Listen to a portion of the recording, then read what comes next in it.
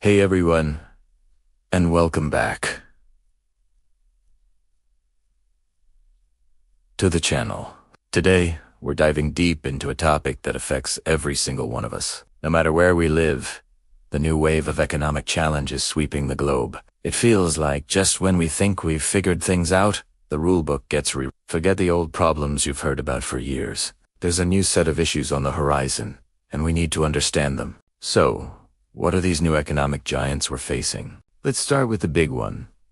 The digital divide and the rise of the platform economy. Think about it.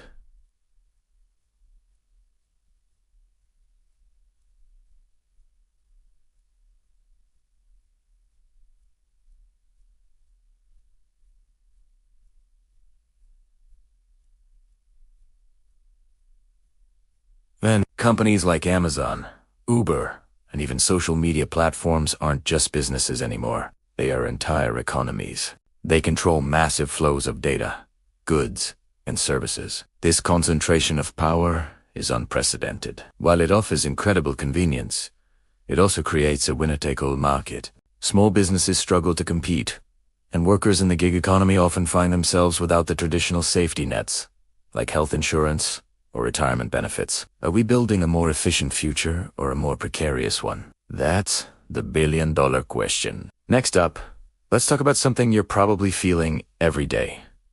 The weirdness of modern inflation. It's not just about prices going up anymore. We're seeing something called shrinkflation, where your favorite bag of chips has more air and fewer chips, but the price stays the same. Or skimflation, where the quality of a service declines, but you're still paying the same premium. Companies are getting creative to protect their profit margins in a world of supply chain chaos and rising costs. This isn't your grandparents' inflation. It's a much sneakier version that slowly erodes our purchasing power without us always noticing. It makes it incredibly difficult for families to budget and plan for the future. This brings us to our third major issue, the green transition and its economic friction. We all agree that we need to move towards a more sustainable, environmentally friendly economy. It's essential for the planet.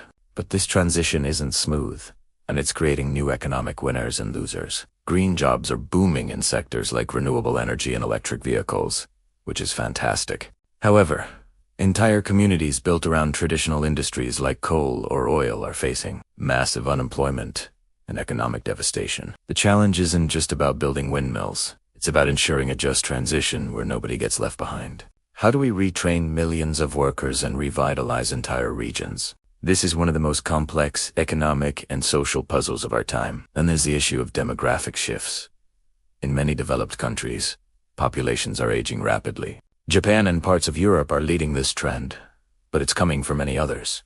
An older population means a smaller workforce supporting a larger number of retirees. This puts immense pressure on pension systems, healthcare, and social security. Who will pay for the care of the elderly? How can economies continue to grow with a shrinking labor force? Governments are grappling with this, considering everything from raising the retirement age to encouraging more immigration, but there are no easy answers. This demographic time bomb is ticking, and its economic consequences will be profound. Now, let's connect this to global politics. We're seeing a huge shift away from the globalization we've known for the past 40 years. Countries are becoming more protectionist, prioritizing their own national interests. This is called where economic tools like tariffs and trade sanctions are used as weapons in geopolitical conflicts. The recent supply chain disruptions during the pandemic showed nations how vulnerable they were to relying on other countries for essential goods. So now, the focus is on reshoring, or friendshoring, which means bringing production back home, or only trading with allied nations. While this might make countries more resilient, it also makes goods more expensive for all of us, and could lead to a more fragmented and less cooperative world. Another critical point is the weaponization of finance and data. In the past, wars were fought with armies. Today, they're increasingly fought in the financial markets and through cyberspace. Sanctions that cut countries off from the global financial system can cripple their economies overnight. At the same time, our personal data has become one of the most valuable commodities on Earth. Whoever controls the data controls the future. This creates new vulnerabilities. Think about the power wielded by a handful of tech giants who know more about us than our own families. This raises huge questions about privacy, competition, and even national security. The rules for this new battlefield are still being written, and the stakes couldn't be higher. So, where do we go from here? It's easy to feel overwhelmed by all this, but it's important to remember that with challenges come opportunities. The rise of the digital economy also enables small entrepreneurs to reach a global audience. The green transition is creating entirely new industries and technologies that could solve our biggest environmental problems. The key is adaptation and foresight. For us as individuals, this means prioritizing financial literacy more than ever. We need to understand these complex forces to make smart decisions about our careers, our investments, and our savings. Lifelong learning is no longer a buzzword.